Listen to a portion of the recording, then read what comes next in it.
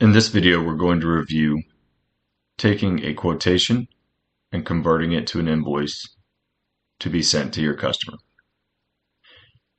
In previous videos, if you would like to access your quotations, you have two options: clicking on the top right tile, All Quotes, or clicking on the Quotes tab at the very bottom to the left of the search button.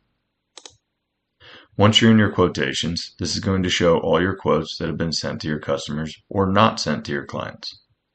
In this case, we're going to click on our sent quotation to Gina Turner for $2,660. Here you have an opportunity to convert this to an invoice. Once this item is converted to an invoice, it is no longer considered a quotation.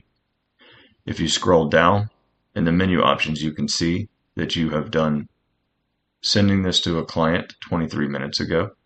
You can also see your material subtotal and other key information such as the job number. Here we want to convert to an invoice.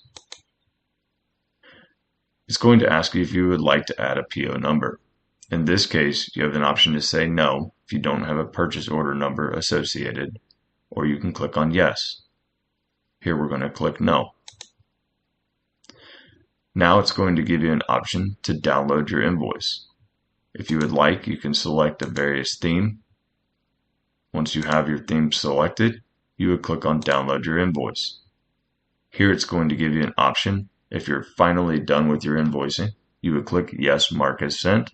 If you simply want to give them a preview of an invoice or show them a copy of what's being worked on for invoicing, you can click on No. If you have any questions up to this stage of how to convert a quote to an invoice, please reach out to us at support@getsalespath.com.